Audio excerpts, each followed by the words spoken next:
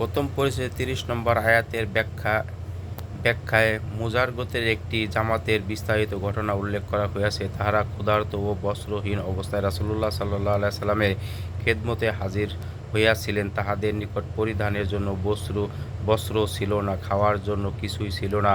ক্ষুধার কারণে খুবই কষ্ট ভোগ করিতেছিল। রাসূলুল্লাহ সাল্লাল্লাহু আলাইহি সাল্লাম নিজ ঘরে তাহাদের জন্য খাবার তালাশ করিলেন, কিছুই পাইলেন না। তখন লোকদেরকে একত্রিত করিয়া সৎকার জন্য উৎসাহ প্রদান করিলেন এবং খুব ভালোভাবে উৎসাহ দিলেন।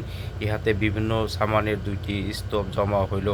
অতঃপর উহা তাহাদের মধ্যে বণ্টন করিয়া দিলেন। না কাহারও উপর চাপ সৃষ্টি করিলেন, না কাহারও নিকট তাহার প্রয়োজনীয় অতিরিক্ত সম্পদের হিসাব চাইলেন। আনাস রাদিয়াল্লাহু তাআলা আনহু বলেন, এক আনসার সাহাবী আসিয়া রাসূলুল্লাহ সাল্লাল্লাহু আলাইহি সাল্লামের নিকট সাহায্য চাহিল। রাসূলুল্লাহ সাল্লাল্লাহু আলাইহি সাল্লাম জিজ্ঞাসা করিলেন, তোমার ঘরে কি কিছুই নাই?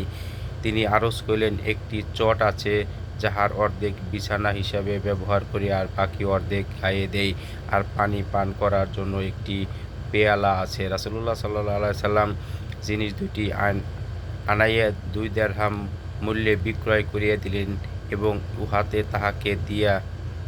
তাহাকে দিয়া বলিলেন, 1 দিরহামের খাদ্যদ্রব্য খরিদ করিয়া ঘরে দিয়া আসো, আর 1 দিরহাম দ্বারা একটি কুঠাল খরিদ করিয়া লইয়া আসো। সে লইয়া আসিল। রাসূলুল্লাহ সাল্লাল্লাহু আলাইহি সাল্লাম নিজ হাতে উহাকে হাতল বানাইয়া দিলেন। অতঃপর বলিলেন, যাও, কাঠ কাটিয়া বিক্রয় করো, 15 দিনের মধ্যে যেন আমি তোমাকে এখানে না দেখি। সে রাসূলুল্লাহ সাল্লাল্লাহু আলাইহি সাল্লামের কথা মতো কাজ করিল। 15 দিনে 10 দিরহাম উপার্জন করিয়া আনিল।